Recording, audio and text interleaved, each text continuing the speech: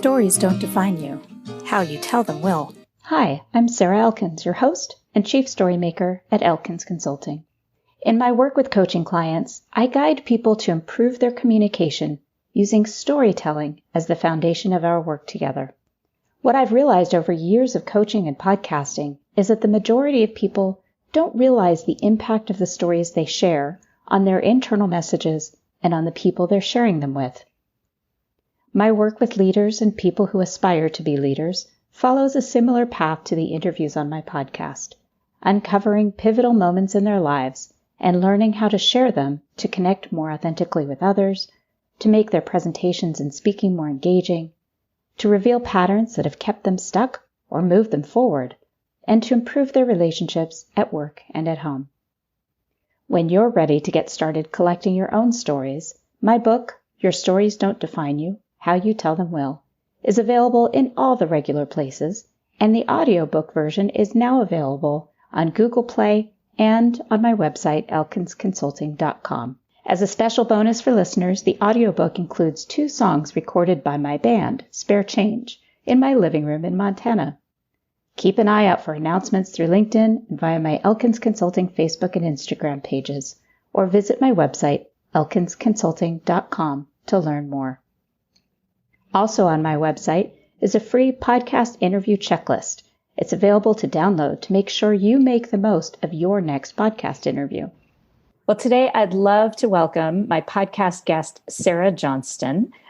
We met on LinkedIn a couple years ago, I believe, and then shared some emails back and forth after Vincent Famvan's Hope Summit early in the pandemic in March. And ever since then, I've known to get her on the podcast, Your Stories Don't Define You, How You Tell Them Will. Thanks for joining me, Sarah. It's really an honor to be here. I love your book and I love the content that you put out. And so this is a really special conversation. Thank you. Thank you. So the way that I always love to start these conversations is to ask you to share something about yourself that most people might not know about you, something that wouldn't be on LinkedIn or on your bio or resume. And the reason I ask this is so that our listeners get a little glimpse into who you are beside your work. So give a little context for what you do. What do you think? Do you have something you can share? I'll give you one that I don't think a lot of people know about me. I mean, people that know me in real life know this, but most people on LinkedIn don't know that I grew up in a small town, and by small, under 20,000. And I actually went to high school at the same high school as Honey Boo Boo's mom, if that gives you any context into the high school situation that I was a part of. And I think that really defines a lot of who I am, because I saw just like a really close-knit community, and I saw how people really take care of each other. And I was known then, back in school, elementary school, middle school, and high school, I was known. People knew me and I was really cared for. And as I've grown and as I've went to college and I've lived as an adult, I've wanted that same feeling of knownness, and I've sought that out. And so people often joke, who knew me back in college, they're like, you were that girl that knew every single person in that 1,000 person dorm. But that's always been a big part of my story, is I want to know everybody. I want to know everybody's story because I was so known as a kid. Oh, I love that. Wow. So when you say under 20,000, that's familiar to me because I live in Montana. Yeah. And when I moved from Washington, D.C. to Montana 21 years ago, a few years later, I started working for a state agency. And one of my colleagues grew up in a town called Conrad, Montana, which is a few hundred people. Mm-hmm. And we'd be driving across the state because I was a compliance officer and she was a trainer on this federal grant. And I would say something about Helena, which is where I live, which is 30,000 plus, maybe in 30,000 in the surrounding area in the county. And I would call Helena a small town. I'd be like, well, yeah, Helena is such a small town. And she'd say, Sarah, your DC is showing. Helena is not a small town. I'm like, wow. So 20,000. So where was that? I grew up in Middle Georgia. I don't think most of your listeners would know Griffin, Georgia, but it's near Macon, which is a more mid-sized community in Georgia. Right, right. Wow. So, where did you go to school where there were 1,000 people in the dorm and you knew everybody? I went to the University of Georgia, which was the state school. Oh, that's a big school too. It is. It's one of the biggest state schools. And I just remember like just the energy of my first week on campus and feeling so excited to be around so many new people because I'm an extrovert. I love energy. I love feeding off of people's energy. And it was like my whole world opened up to me the first week that I was on that big campus. So it wasn't intimidating coming from this little tiny town and a graduating class of what, 50 people, maybe? It was 200 people.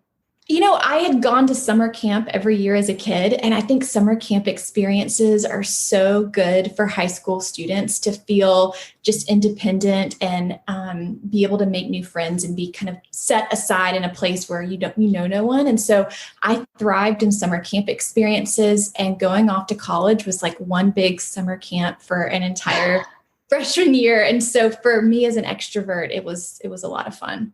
That's so funny. Summer camp experience. That is the opposite of from a small school to a huge school. I know that around here in this small town, there are a few small elementary schools still where you know all 40 of the kids in your grade, which is 2 classrooms. And then they go to this middle school that has hundreds of kids. It's teeming with 6th graders, 7th graders, 8th graders. And a lot of the kids really struggled with this sense of anonymity. But that wasn't your problem at all. You were like thrilled to have, and it wasn't anonymity for you. That's so fascinating. So did you take the StrengthsFinder assessment? Have you taken that? I did. And my number 1 is includer, which might explain and then there's woo way up there somewhere. Yeah, woo and includer. I think woo's my number 3 and achiever is my number 2. But, I genuinely get along with most people and really enjoy learning about most people. And so I think includer is a good fit for me. That totally makes sense. And for our listeners, if you're unfamiliar, someone strong in the includer talent is, Sarah just described a perfect explanation where the woo is winning others over. So that's really the charm, the charisma. The includer is somebody who really feels compelled to be inclusive. So somebody who walks into a room that looks uncomfortable, an includer will immediately bring them into their circle and introduce them and do whatever they can to make that person feel comfortable and included. Yeah, I'd say that strength has pros and cons. I've learned as an adult, if I'm at a play group, I have young kids, and if I'm at a play group and there's a mom at the playground who is by themselves, I always feel compelled to go introduce myself and invite them in. But sometimes, if somebody is having a really in-depth conversation with me, I think it's always best to have that really private conversation in private, because I can be distracted if I see somebody who's left out or by themselves. That distraction and then disappointment that you can't be there. That I can't help them, that I can't bring them in. Right. Yeah. Right. I think where I've seen includer get people into trouble is at work when they feel compelled to copy everyone on an email just to make sure no one feels left out. And then you end up not being able to make a decision because you have too many voices and some that shouldn't have been included in the first place because they don't really. Anyway, yeah. So it can be as the StrengthsFinder training would go in the basement of your strengths sometimes when that happens. Tell us a story of something meaningful that happened as an introduction to what you do for our listeners. So I'm a job search coach and job search strategist. And one of my most meaningful client interactions was with a guy, and I'm just going to call him Bill. His name isn't Bill, but just to protect his identity, I'll call him Bill. Bill was around my age, really nice guy, had a sweet wife, and their life was on pause because he went to a state college and then went to med school. But he made the choice to go to med school in the Caribbean. And it is so difficult to match a US-based residency if you choose to go to med school in the Caribbean. And I don't think he had all the information to make the wise decision when he chose the path that he did to go to a Caribbean med school. And they accrued a lot of debt, and he had tried to match into a US-based residency, not once, not twice, but he was on his third round and he wasn't successful. And he actually called me. He actually found my name. He did a Google search for resume writers, and he found me and he wanted me to help him write a resume so that he could be a med tech. And he was going to quit trying to be a physician and he was going to be a med tech. And I got on the phone with him and we talked, and I said, "That's not your dream, is it? You don't really want to be a med tech. You're just doing this because you're trying to find a path out." And he said, "Yeah, but this is not I've tried. I can't be a doctor. I can't enter the profession. They've already said no twice. There's no way I'm going to get in the third round." And so we talked on the phone and we talked about what he'd been doing. And then I got off, as we ended the call, I said, "Listen, I know you don't know me, and this is your choice. You have to decide how much you want this. But if this is your dream and you've got all these years invested in this and all this money invested in this, and this is what you really want, I think you owe it to yourself and you owe it to your wife to give this one more go. And you have to give everything you can to achieving this." I said, "How bad do you want it?" And he said, "Well, I think I want it really bad. I just don't think it's possible." And I said, "Well, I think it is." I said, "And I'll help you. I will be your accountability partner, and we will guerrilla warfare this. We will make this happen." And I helped him get a really nice personal statement written and had somebody look over it, had a couple physicians look over it, and really thought through his job search strategy. Long story short, he ended up getting 3 interviews. And this is the very first time that he'd actually gotten an interview for a residency spot. And he worked so hard to prepare and had a lot of people advocating for him, a lot of people who were in his circle.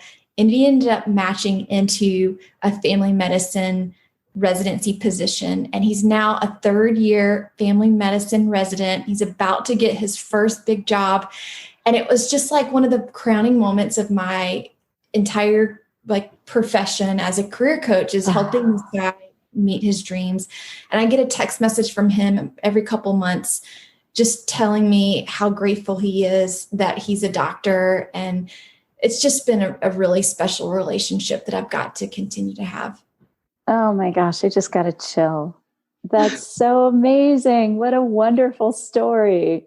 It feels familiar to me somehow. I think that we might have talked about that at one point earlier in one of our conversations. And wow, it's one of those moments when he called you to tell you he got 3 interviews. Did he call you for each one, or did he call you and say, "I just got an interview"? Daily at this point, in the months before match, I was so invested in him and invested in his story that this was a texting relationship.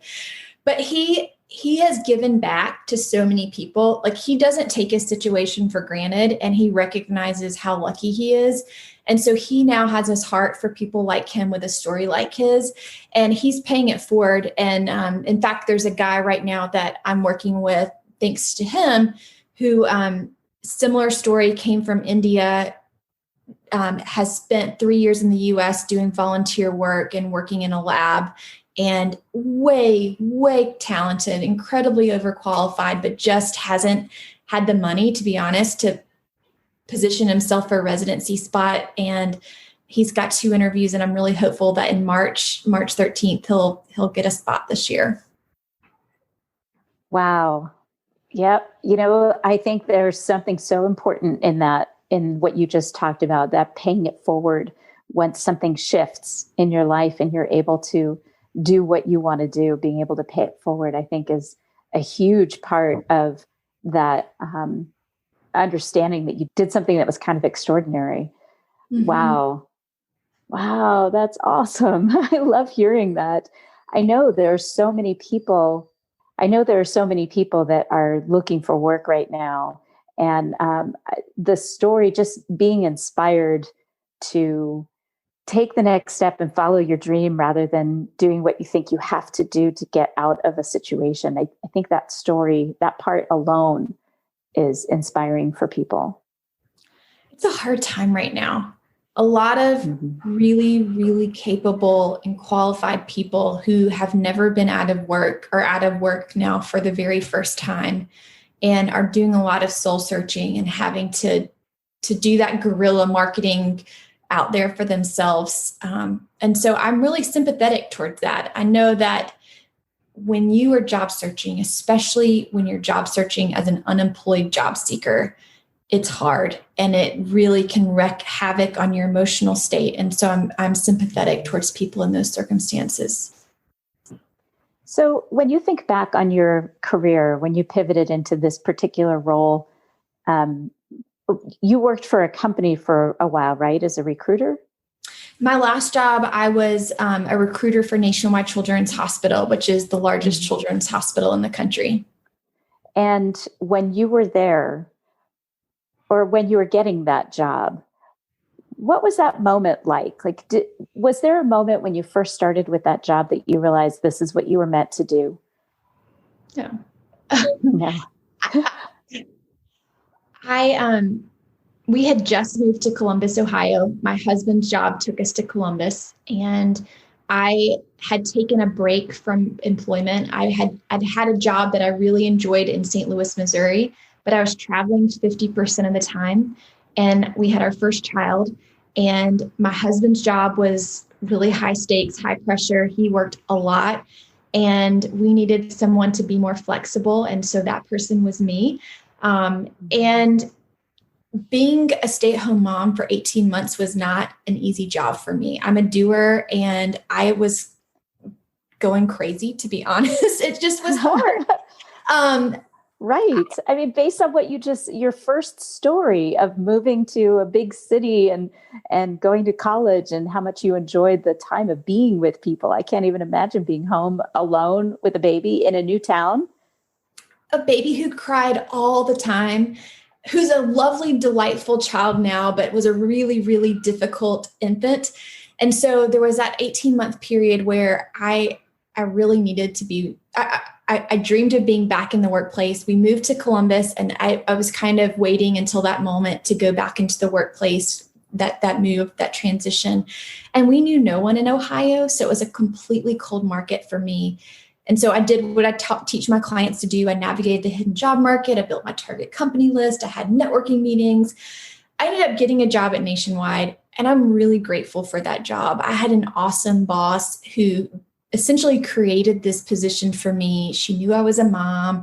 She really respected, my work-life balance choices, but it wasn't like my dream job. It was just a great job with great people. And it was a job that I really enjoyed, but it wasn't the most stimulating or challenging job that I've ever had. Mm-hmm. Was there a point there that you were just, that you understood that your boss was exactly the right person for you at that point? Because I know that when I shifted jobs, every time I shifted jobs, there were moments where I would realize I was in the wrong place or I was in the right place, even if it wasn't long term. Yes. My third day of work, she looked over at me and she just said, "Hey, let's go grab a cup of coffee." And she just took me and she bought me a cup of coffee. And I recently read a post that said a boss should buy you coffee. And that so resonated. She just cared enough about me that she bought me a cup of coffee, and she wanted to know how I was doing. She knew that I had stayed at home for some time and that my daughter was at daycare for the first time, and knew that that was going to be a little bit of a transition. And so I felt like she cared about me as a whole person. She cared about me and my family, and she cared about me at work. And so I knew I was in the right job at the right time. Oh, I love that. So did you ever tell her that? Oh, I tell her all the time that she's just a wonderful person. I no longer live in Ohio, but I love Jeannie. She's a great person. I would love for all of our listeners who are bosses right now to pay attention to this story. Seriously, pay attention to the story, because I'm guessing you were always a hard worker. You always would have done the best you could do. But I have to say, I know when a boss cares about me, I work even harder. It's more important to me because I have this sense of responsibility to somebody who cares about me, more so than a responsibility to a job. Mm-hmm. Oh yeah. 100%. I mean, it was a job for me. It wasn't like it was rocket science, but I loved Jeannie and I loved our team. And so I wanted to work really hard for her. And she also trusted me. Like there was never a time where I didn't feel like I had her trust. She let me work from home some days.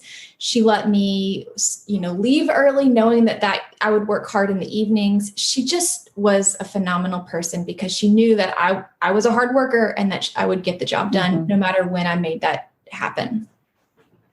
So bosses out there, pay attention to this. She took her out for coffee on her third day and asked her questions about how she was doing.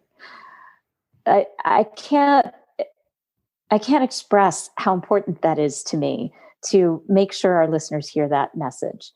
And I know my friend Heather Younger, who wrote Leaders with Heart, she has The Art of Caring Leadership was her first book, and she is about to publish another one in spring of 2021.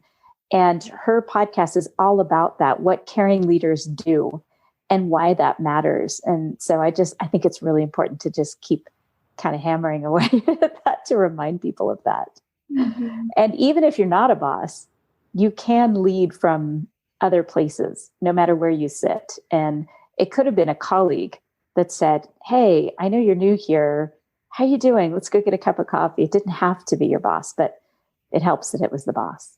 Mm-hmm. It did. Oh, that's great. So when did you go straight from that job to being self-employed?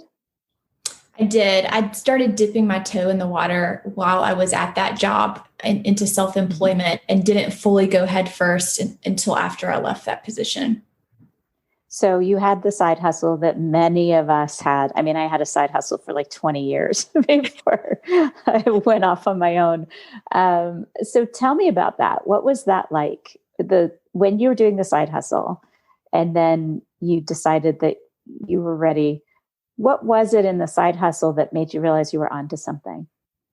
So I think that maybe other moms who are listening to this, who are experiencing similar feelings during the pandemic may relate to this. But, my husband was still working a lot of hours at this time, and a lot of the family responsibilities were on me with my kids. I was paying, I just had my second child, and the cost of childcare went up exponentially. It was, I think, either $143 or $148 a day just to send my kids to daycare. Wow. And then on top of that, you have to pay for sick care. So if your kids are sick and you still have to go to work, you have to pay somebody to come to your house. And so it cost me on average around $175 just to go to work, just to get out the door a day to go to work.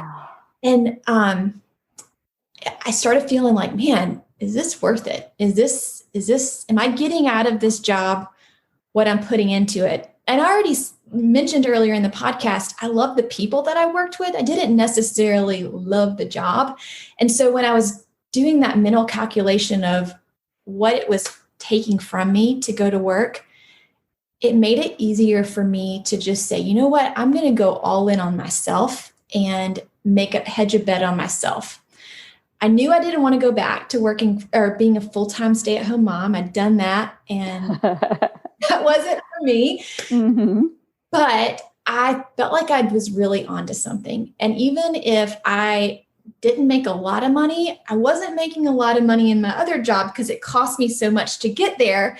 So it was kind of that why not moment. And I had full support of my husband, who was just really kind to me during the season. And I'd been really kind to him during his seasons of transition. So we'd really been mutually supportive of each other's career moves and career choices. So I went head first, and it's been a wild ride. Oh, yes. I hear you on that. So tell me when the first time was that you breathed, that you went, okay, I got this. This is cool. I'm doing the right thing. Was it a time that you got to spend with your kids, or was it a client? I feel like I'm taking deep breaths regularly, where I'm crossing different hurdles in life, whether it be as a mom or as a career business owner. Like I feel like I'm still crossing these major hurdles. And we moved last summer. And so that was another big hurdle to cross. So I feel like I've been at this, like, I've been running a marathon in some ways of having young kids and trying to go 100% for my kids, moving, being in a pandemic, helping my clients. It's been a lot, but it's also been incredibly rewarding. And I say this with just 100% like genuineness. Like, I feel so incredibly honored to be doing the work that I'm doing right now. I know I'm not a frontline worker, and I think people who are on the front lines are absolutely the heroes during this pandemic, but I feel really honored to be playing a part in helping people get back to work and better position themselves for opportunities. And I've told people before, like, I feel like I've been training for the Olympics my whole life, and now I'm competing in the Olympics because I'm helping all these job seekers get back to work. And it really is just like such an honor. Oh, yes, absolutely. I feel the same way in the work that I do to help people prepare for interviews. And I have a client appointment next week with a client who she has gotten a couple of interviews and they haven't panned out. And she just wants some tips to make her stories resonate more and connect more with the interview team that she's going to be working toward over the next few months. So I hear you. It is an honor when somebody trusts you with that important aspect of their lives. When shortly after I left my full-time job to do my work full-time, I remember one day I have strategic and activator as my top two strengths. And for our listeners, that means that when I know I need to get from point A to point B, I immediately have a route in my head. Like I don't even think about it. It just comes so naturally and so instinctively. I immediately have the route. The downside is that I step forward into it because of this activator, and I have this sense of urgency.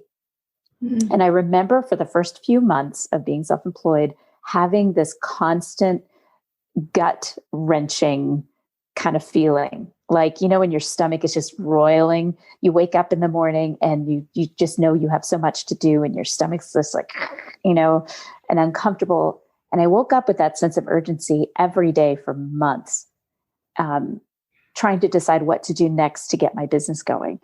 And I remember one day I was getting my certification to be a disadvantaged business enterprise here in the state of Montana, DBE, which allows me to get certain government contracts without competition.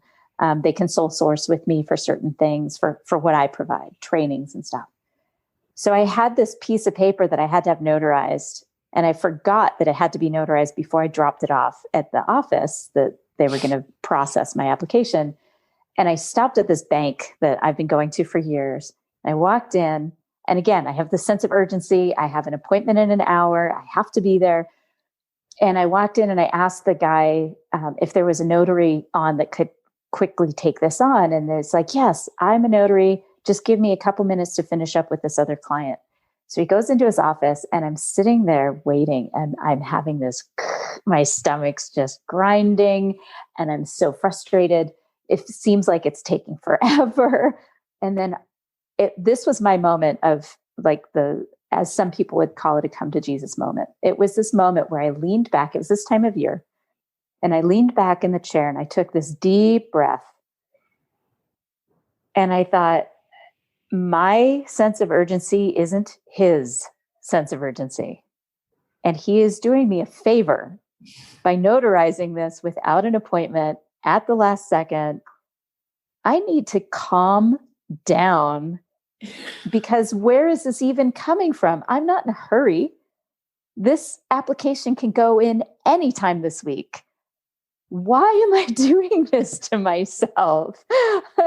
And I still think about the chair I was sitting in, what this guy looked like in his office, head down, finishing up a phone call with a client. I can visualize myself in that moment. And every time I get that sense of anxiety again, that sense of urgency, I take myself back to that moment and think, okay, this is my own. I'm putting this on myself. This doesn't belong to anybody else.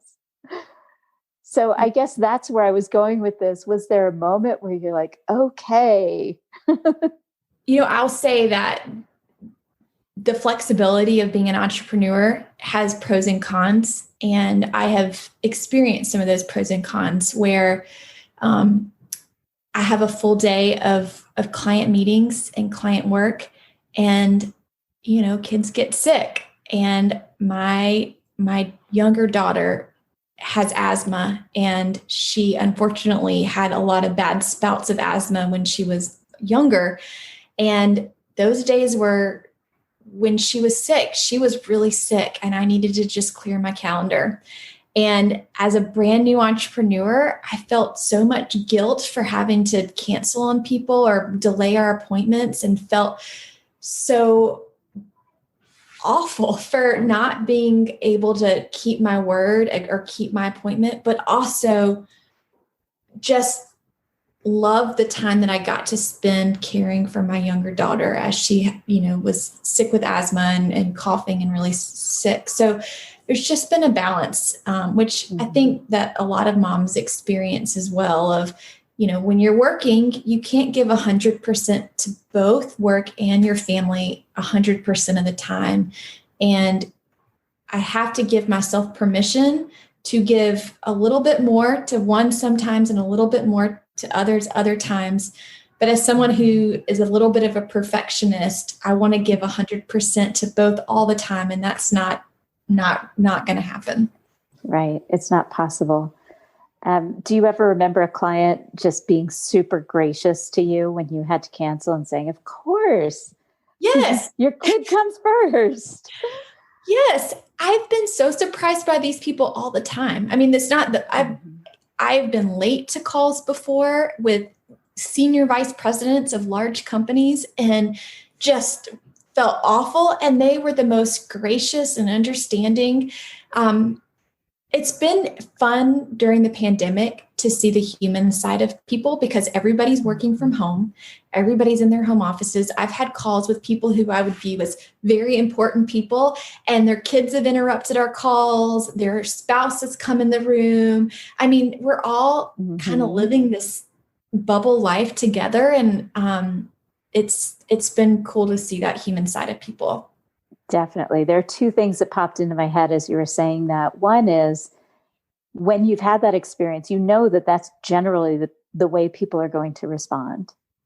And I would encourage you, when you feel that sense of responsibility, clearly you have a very strong sense of responsibility when you have to cancel or postpone a call, that you can count on them to be gracious, and you would be just as gracious if it was the other way around. And so being able to take that step back, and as I have that sense of urgency, take that deep breath and give yourself that same grace that they're giving you. I would really encourage you to think about that. And other listeners who have that same sense of responsibility and letting somebody down, people are often gracious, and not just in a pandemic, if you explain. And if you're a little bit vulnerable with them, my kid is sick today and I'm going to have to postpone, as opposed to making an excuse or just saying I have to postpone. That acknowledging that human side, the complexity of our humanity, whether or not we're in a pandemic. The other thing that popped into my head was, I love what you said about is seeing that human side of people, because so many of us are working from home and interruptions from family and fur babies. And I was thinking about that a few months ago when I was working with the team, coaching them, doing the StrengthsFinder coaching.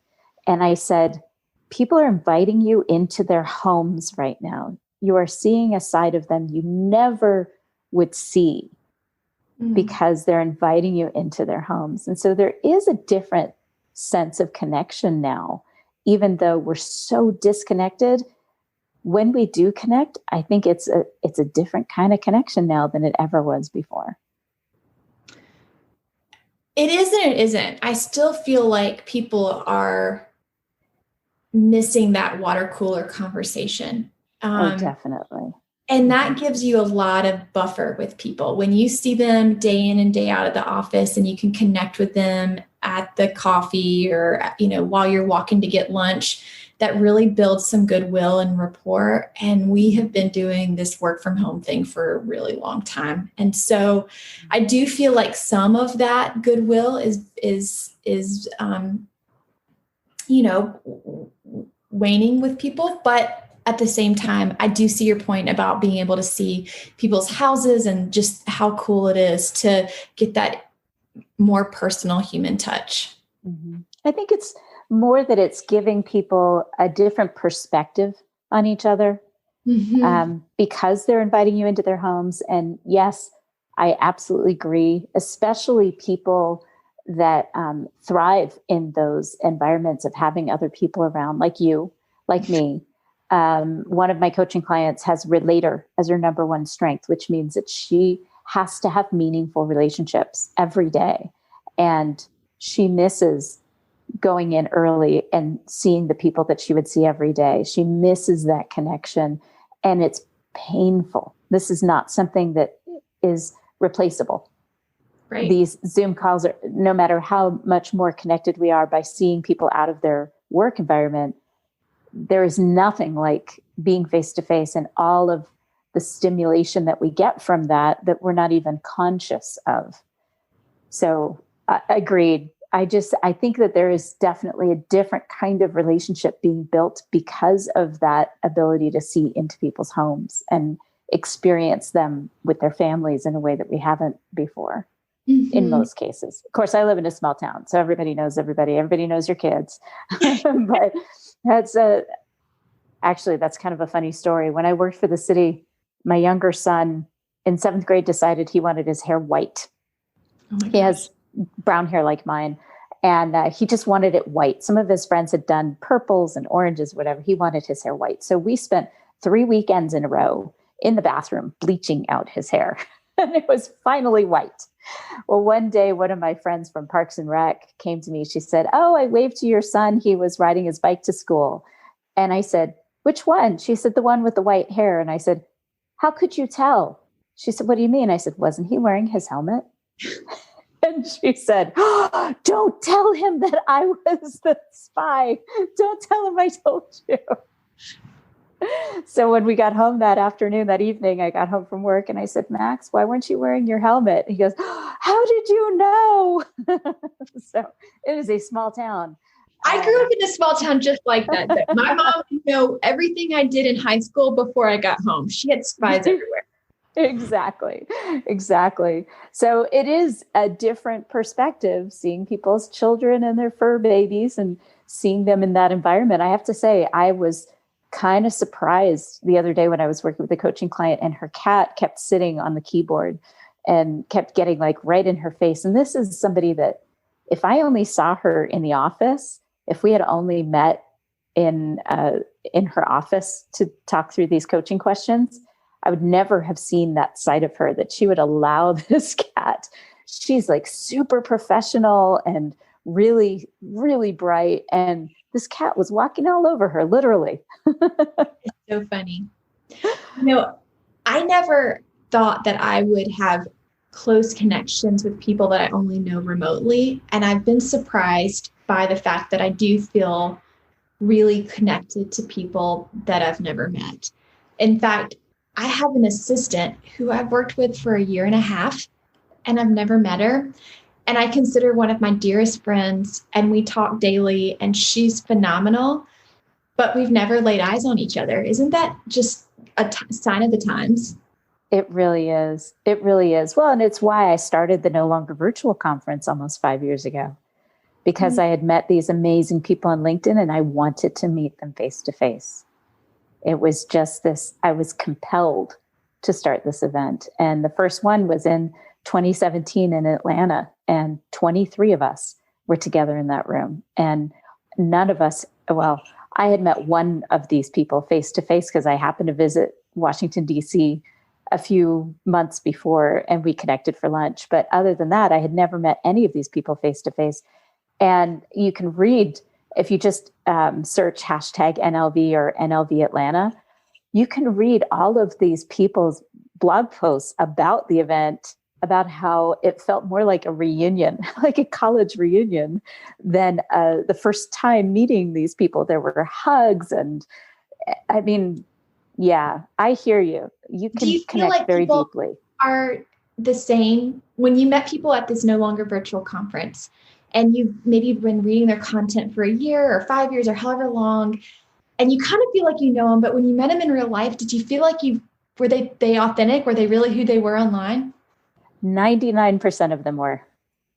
There was one, the reason I say that, I love that you just turned the tables. You're asking me this question about this story.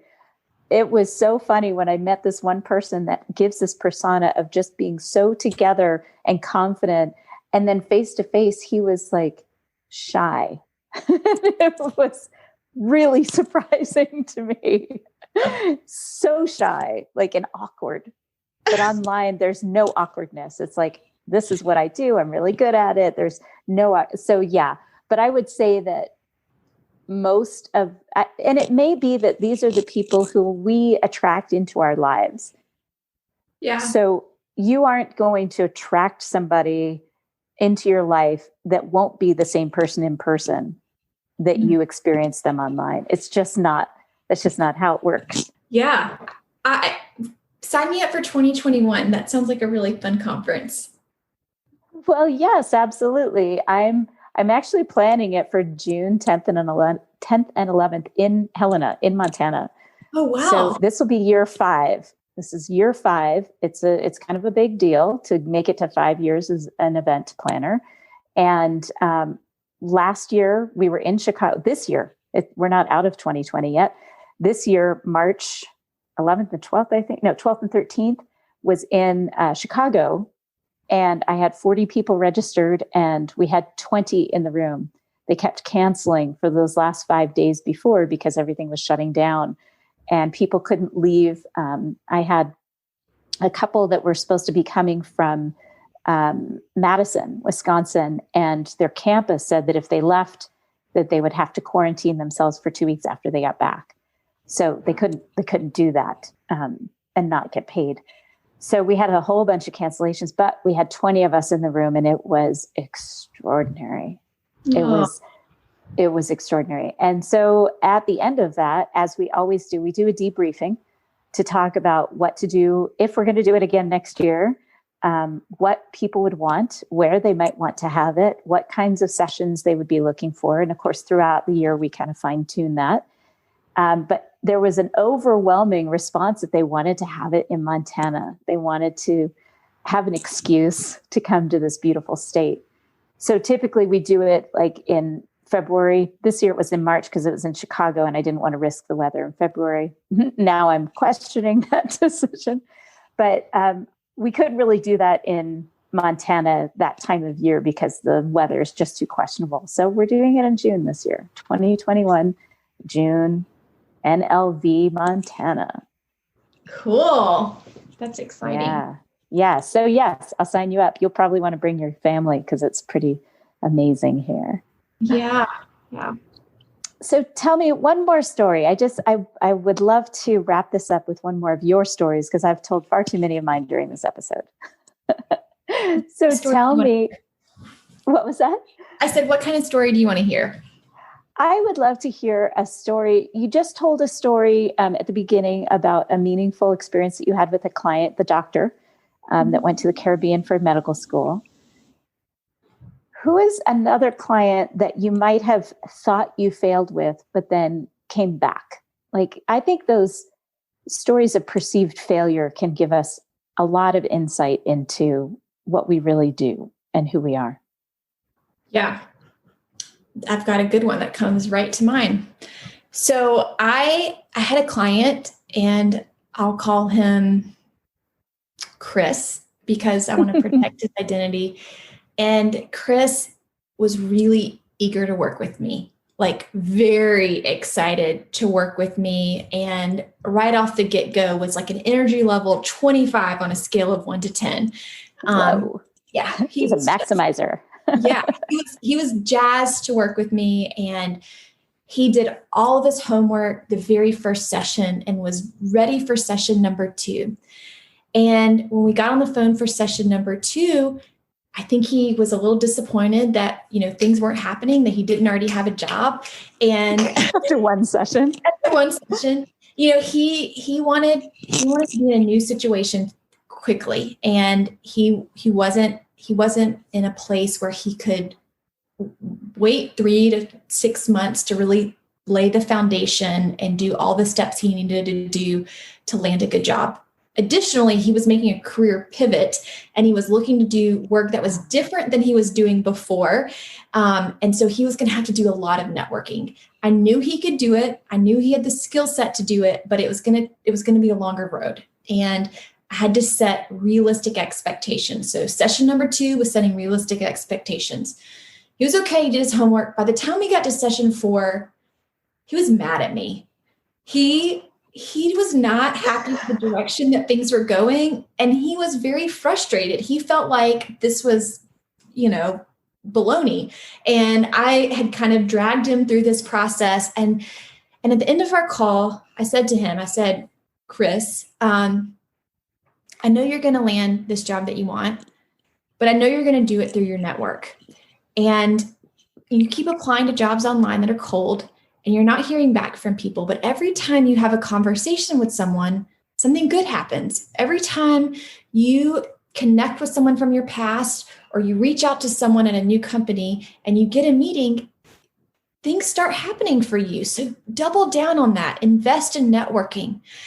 And he kind of said something snarky and we got off the phone and that was the end. Like we did not finish our time together. He didn't finish our final session and I didn't hear from him. And I thought that I had really disappointed him. And, as a coach, I'm always worried about a bad review in the back of my mind. Is this going to just be bad for me? Is this going to bite me in the butt? Exactly. Yes. So I didn't hear from him. And it was about 2 months ago. So a year later, I got this random out of the blue call from him. And he said, "Hey, I just want to call and apologize. Our last call didn't end well, and I'm sorry for the way I treated you on the phone. I just want you to know you're right. About a month after we stopped working together, I had this random encounter with a friend from my network who said that she knew of an opportunity, and she introduced me to the hiring manager. The hiring manager just did this random phone call with me. It wasn't a real interview and asked me what I wanted to make at the end of the call. I threw out a number, not thinking this was a real interview, and he offered me the job. I'm doing my dream job, making more money than I thought I would be, and it wasn't even a real interview. And so I'm just really grateful and sorry that I disrespected you. And it took a lot for him to do that. And it was a really— It did. Oh, I love that story. That is a perfect way to wrap this up. I love that. So for listeners, when you hire somebody to do this kind of work with you, you have to know that they have a plan, that it isn't random, that they're making you jump through these hoops or that they're asking you to do things differently from how you might have anticipated things getting done. So be patient. And definitely, if you have a coach that's not working with you, that you don't feel like you trust, definitely end it before you get into a bad position with them. But in the meantime, when you hire somebody to do this work with you, you're going to have to be patient. It doesn't happen overnight. Oh, that's excellent. What a great story. And that is a big deal for him to reach out afterward and apologize. Months later. Even months after he landed his job, I think he was just in a place where he was being reflective and he was thinking about how lucky he was and how much he really enjoys his job. Mm-hmm. And he's a good guy. I think that's what was so hard about that last conversation that didn't end well, is that I really liked him and I really felt like we had this great connection but I wasn't working on his timeline. So I understand how he was disappointed, but it was great to hear from him. Well, I think also when you reflect back on where he was at that point, I can tell you that when I was in a job that was really a bad fit for me, where I was really unhappy, I projected that onto the people that were trying to help me. Mm-hmm. So he was likely projecting that discomfort of where he was onto you. And I was in a hurry to get out of a job. It was probably 7 or 8 years ago. I remember feeling that same way, that I was so eager to do something else, that when I interviewed for a position that was perfect for me, and I was so excited and super high level energy, and when I didn't get the job, I was filled with despair. And so I'm thinking about him from that perspective and that understanding. And that's, I'm sure, where he was at that time. So you're right. He is likely a really good person, and you probably did have a really good connection. He was not in a good place at that point. I think we have to offer ourselves that compassion, and also, of course, the others. Yeah. Wow. Yeah, we've all been there, right? In a job that we hate, where we're not being treated well, or we think that we have this perception that it's bad, really horrible, even if it's not as bad as, somebody else might think it was. I had a boss that used to make me go walk his dog at his house. That was really humble. I know. Oh, that's not okay. Yeah. That's crazy. Wow. Sarah, this has been such a pleasure, as I knew it would be. And I so appreciate your taking the time to chat with me about your stories and about what the wonderful work you do. If our listeners want to get a hold of you, what are the best ways to reach you? Thank you for asking. They can find me on my website, www.briefcasecoach.com, or they can find me on LinkedIn. I share new content weekly and would love to engage with them there. Absolutely. And just for our listeners, I will also have those links in the blog post associated with this podcast to make sure that you can reach Sarah when you're ready to take that next pivotal move in your career, or just to connect and watch out for her content, because it is really good stuff. It's some of the only content that I read on these topics. So thank you so much. Thank you for having me. Thank you for listening to this episode of Your Stories Don't Define You, How You Tell Them Will. The book of the same title is now available, and the audiobook version will be released in November 2020. If you're ready to uncover your stories and learn to uncover the stories of the people around you to create stronger connections and healthier communities, visit elkinsconsulting.com. And while you're visiting the website, you can learn more about the book and the work we do to improve communication among teams and through our one-to-one coaching. Thank you.